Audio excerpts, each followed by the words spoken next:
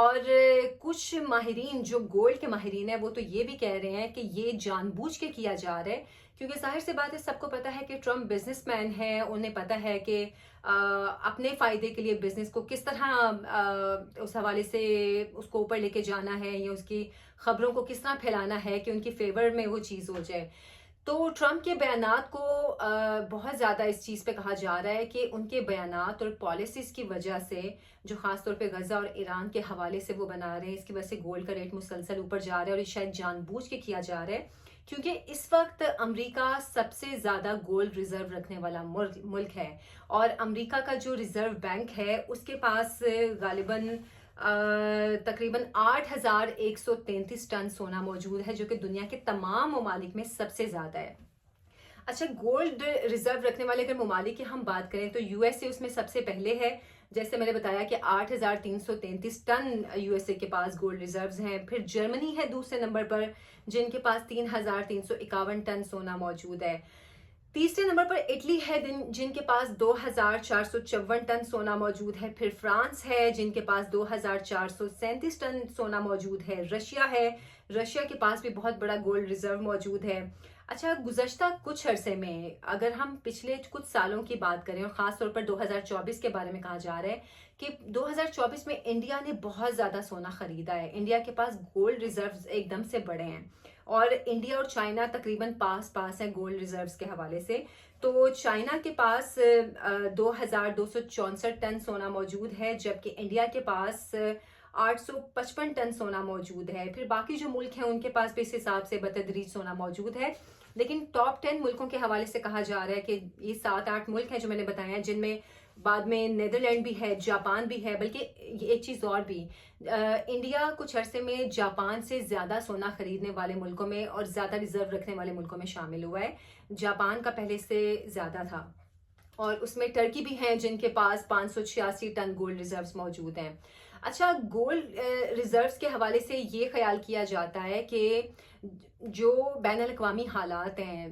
جو جنگیں شروع ہو چکی ہیں، بہت سارے ممالک ہیں گولڈ میں انویسٹمنٹ کرنے کو زیادہ سیف انویسٹمنٹ سمجھتے ہیں، کیونکہ روپے کی قدر اوپر نیچے ہوتی رہتی ہے، اس کی ویلیو میں کمی یا بیشی ہوتی رہتی ہے، لیکن گولڈ وہ ایسی دھات ہے جس کی قیمت میں کمی تو شاید کبھی نہیں ہوگی، بلکہ اس کی قیمت میں اضافہ ہوگا۔ اور اگر دنیا میں سونے کی کانوں کے حوالے سے بات کی جائے تو سب سے بڑی کان ساؤتھ افریقہ میں موجود ہیں، امریکہ میں موجود ہیں، اور اس کے علاوہ کچھ یورپین کنٹریز ہیں جہاں پر سونے کی کانیں موجود ہیں۔ لیکن پاکستان میں بھی سونے کے حوالے سے، سونے کے ذخائر کے حوالے سے گزشتہ چند مہینے پہلے ہم نے کچھ خبریں سنی تھیں، پھر پچھلے مہینے بھی اس حوالے سے کافی خبریں آئیں کہ پاکستان میں بھی اٹک کے قریب سونے کے کچھ ذخائر ایسے دریافت ہوئے ہیں، بلکہ اس کے حوالے سے یہ بھی کہا جا رہا ہے کہ یہ جو ذخائر دریافت ہوئے ہیں، ان کی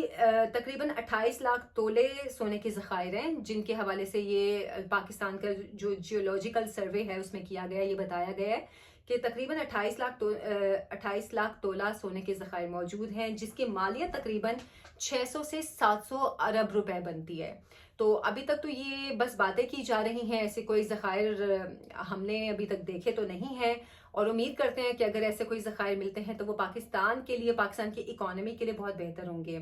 اور جیسے کہ میں بات کر رہی تھی کہ دنیا کے جو ممالک ہیں وہ سونے کے جو ذخائر ہیں وہ اکٹھے کر رہے ہیں، سونے میں انویسٹمنٹ کر رہے ہیں، تو اس کی وجہ یہ بھی ہے کہ آنے والے وقت میں یہ کہا جا رہا ہے کہ روپے کی ویلیو جیسے کہ کم ہوگی تو جو لین دین ہوگی وہ سونے کی شکل میں بھی ہوگی۔ تو اس لیے اگر آپ لوگوں نے ابھی تک سونا نہیں خریدا ہے تو سونا خرید لیں، کیونکہ 2025 کہا جا رہا ہے کہ سونے کے پرائس ہائیک کے حوالے سے سب سے مہنگا سال ہوگا، اور اس سال سونے کی قیمت سب سے اوپر جائے گی۔ آنے والے وقت میں ظاہر سی بات ہے اوپر سے اوپر ہی سونے کی قیمت جائے گی، اور یہ بھی بلکہ پریڈکشن تھی کہ شاید دنیا سے سونا ختم ہو جائے، لیکن ظاہر سی بات ہے ایسا ہو نہیں سکتا ہے، کیونکہ ایک جو سروے ہے امریکن جیولوجیکل سروے، اس کے مطابق ابھی 50,000 ٹن سونا زمین کے اندر موجود ہے، جو کہ مختلف فارمز میں ہے۔ اب وہ سمندروں کے اندر بھی ہے، وہ ایسی جگہوں پہ بھی ہے جہاں سے نکالنا بہت مشکل ہے، بلکہ یہ بھی سروے کیا گیا کہ چاند پر بھی سونا موجود ہے. اب ظاہر سی بات ہے چاند پر جا کر سونے کی کان کنی کرنا اور پھر وہاں سے اس کو یہاں پر لے کر آنا کافی مہنگا کام ہے، اور شاید ابھی آنے والے وقتوں میں یہ بھی پاسبل ہو جائے. لیکن جو پوری دنیا میں سونے کے ذخائر ہیں وہ ابھی بھی اتنے موجود ہیں، 50,000 ٹن سونے کے ذخائر موجود ہیں. لیکن ظاہر سی بات ہے اس میں آسانی یہ دیکھی جاتی ہے کہ اس میں مشینری آپ کی استعمال ہوتی ہے، جو ہیومن فورس ہے وہ استعمال ہوتی ہے، اور اس طرح کے وسائل استعمال ہوتے ہیں جو کہ بہت مہنگے ہوتے ہیں. تو شاید تمام ذخائر تو نہ نکالے جا سکیں، لیکن جن جگہوں سے نکالنے کی کوشش کی جا رہی ہے ان میں اس وقت ساؤتھ افریقہ سب سے پہلے نمبر پر ہے، اور غالباً دنیا کے جو 30% سونا ہے وہ ساؤتھ افریقہ سے ہی نکالا گیا ہے.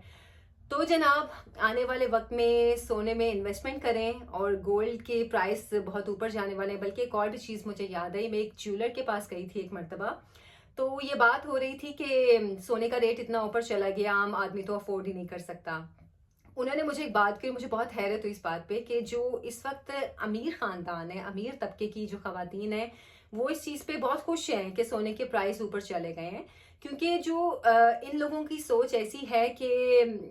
پہلے تو ہر کسی کے پاس سونا ہوتا تھا، امیر غریب ہر کوئی سونا خرید سکتا تھا. لیکن اب جو مڈل کلاس ہے یا لوور مڈل کلاس ہے وہ سونا نہیں خرید سکتی. تو انہوں نے اس چیز پہ خوشی کا اظہار کیا کہ یہ چیز صرف ہمارے پاس یا موجود ہے. خیر یہ بہت ایک عجیب بات ہے کہ ہر کوئی اپنے بارے میں سوچتا ہے، اور آنے والا وقت بھی ایسا ہی ہے کہ ہر کوئی اپنے بارے میں سوچے گا. تو آپ اپنے بارے میں سوچیں اور سونے کے ذخائر اپنے پاس بھی اکٹھے کریں، کیونکہ آنے والے وقت میں سونا تقریباً تو نہیں بالکل بھی آپ کی پہنچ سے باہر ہو جائے گا.